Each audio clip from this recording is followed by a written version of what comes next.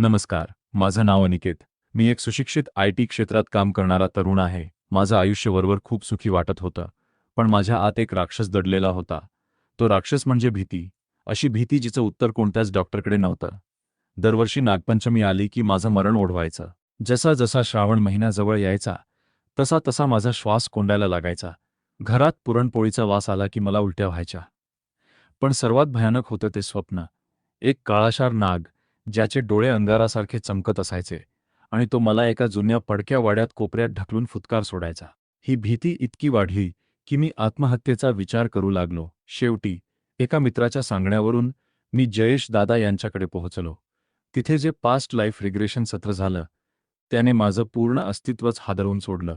हा प्रवास एका जन्माचा नव्हता, हे 3 जन्मांचे पाप होते. दादा, मला दिसतंय, मी एका मोठ्या मंदिराच्या पायरीवर उभा आहे. माझं नाव रुद्रप्पा आहे. मी या गावचा मुख्य पुजारी आहे. लोकांमध्ये माझा प्रचंड दरारा आहे. लोक मला देवाचा अवतार मानतात. पण माझ्या मनात फक्त मी आहे. या मंदिराच्या खाली एक प्राचीन अमृतकुंड आहे. गावकऱ्यांची श्रद्धा आहे की या कुंडाचं रक्षण साक्षात महादेव एका नागाच्या रूपात करतात. नागपंचमीला या नागाची पूजा व्हायची. पण माझ्या मनात एक शंका होती. या कुंडाच्या तळाशी पूर्वजांनी सोन्याचे अलंकार आणि हिरे लपवले आहेत.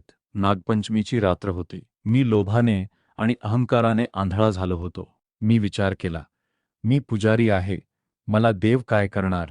मी रात्रीच्या वेळी गुपचूप गाभाऱ्यात शिरलो. मी ते जड पाषाणाचं कुंड उघडलं.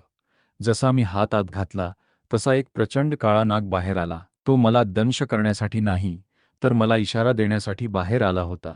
पण मी रागाच्या भरात एक जड समई उचलली आणि त्या नागाच्या डोक्यावर जोरात प्रहार केला. त्या पवित्र जीवाचं रक्त त्या शिवलिंगावर सांडलं. मरताना त्या नागाने माझ्या डोळ्यात पाहिलं. त्या नजरेत राग नव्हता, तर एक अतीव दुःख होतं. त्याच क्षणी मंदिराला वीज पडली आणि आग लागली. गाभारा धुराने भरला. मी बाहेर पडू शकलो नाही. धुरामुळे माझा गळा आवळला गेला आणि मी तिथेच तडफडून मेलो. मरताना माझा शेवटचा श्वास त्या नागाच्या हत्येच्या ओझ्याखाली दाबलेला होता. आजच्या जन्मात जो श्वास कोंडतो, त्याची सुरुवात इथून झाली होती. दादा, दृश्य बदलत आहेत. आता मी जंगलात आहे. माझं नाव भीमा आहे. मी एक लाकूडतोड्या आणि शिकारी आहे. मला खूप जमीन हवी आहे, जिथे मी शेती करून श्रीमंत होऊ शकेन. पण हे जंगल आडवं येत होतं. मी ठरवलं की हे जंगल मी जाळून टाकेन. योगायोगाने तो दिवसही नागपंचमीचाच होता. मी जंगलाच्या चारही बाजूंनी आग लावली. आग पसरत गेली आणि अचानक मला एका जुन्या वटवृक्षाखाली शेकडो वारुळं दिसली. त्या आगीत हजारो नाग आणि त्यांचे पिल्लू जळून खाक होऊ लागले. मी तिथून पळण्याचा प्रयत्न केला, पण आगीच्या ज्वालांनी मला वेढलं. धुराचे लोट माझ्या फुफ्फुसात शिरले. मला श्वास घेता येत नव्हता. आजच्या जन्मात जो श्वास गुदमरतो, तो नेमका त्याच धुराचा अनुभव होता. मी निसर्गाच्या हजारो लेकरांची कत्तल केली होती. निसर्गाने मला श्वासाच्या शिक्षेचा वारसा दिला होता. मी ओरडलो, पण माझा आवाज कोणापर्यंतच पोहोचला नाही. दादा, दृश्य बदलत आहेत. आता मी कोकणात आहे. 1870-80 साल असावा. माझं नाव सदाशिव आहे. मी एका जमीनदाराचा हिशोब तपासतो. पुन्हा तोच लोभ. पुन्हा तीच नागपंचमीची रात्र. एका जुन्या पडक्या वाड्यात गुप्तधन असल्याच्या वावड्या होत्या. मी तिथे खोदकाम करायला गेलो. जमीन खणल्यावर मला तांब्याचा हंडा दिसला, पण त्यावर पुन्हा तोच काळा नाग रक्षक म्हणून उभा होता. जणू तो दर जन्मात माझी परीक्षा घ्यायला येत होता. मी पुन्हा तीच चूक केली. मी घाबरलो आणि लोभाने पुन्हा त्या नागावर कुदळीने प्रहार केला. पण यावेळी तो नाग चुकला नाही. त्याने मरण्यापूर्वी माझ्या मानेवर दंश केला. विष अंगात भिनलं. माझा गळा निळा पडला. मला श्वास घेता येईना. 3 जन्म, 3 वेळा मी त्या पवित्र जीवाचा घात केला होता.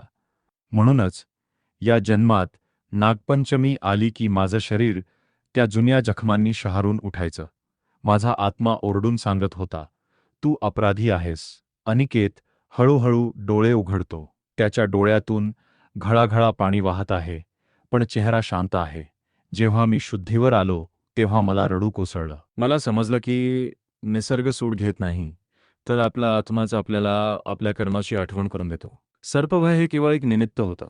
खरा आजार अपराधबोध होता. मी दादा यांच्या मार्गदर्शनाखाली त्या 3 जन्मांतील माझ्या कर्मांची निसर्गाकडे माफी मागितली. मी स्वीकारलं की हा पैसा, हा अहंकार सगळं नश्वर आहे. आज नागपंचमी आहे, पण आज माझा श्वास कोंडत नाहीये. मी आज एका नागदेवाच्या मंदिरात जाऊन पूजा केली आणि निसर्गाच्या संवर्धनासाठी काम करण्याची शपथ घेतली.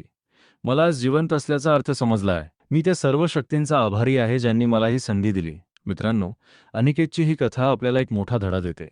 आपल्या आयुष्यातील अनेक समस्यांची मुळं ही आपण विसरलेल्या भूतकाळात असतात.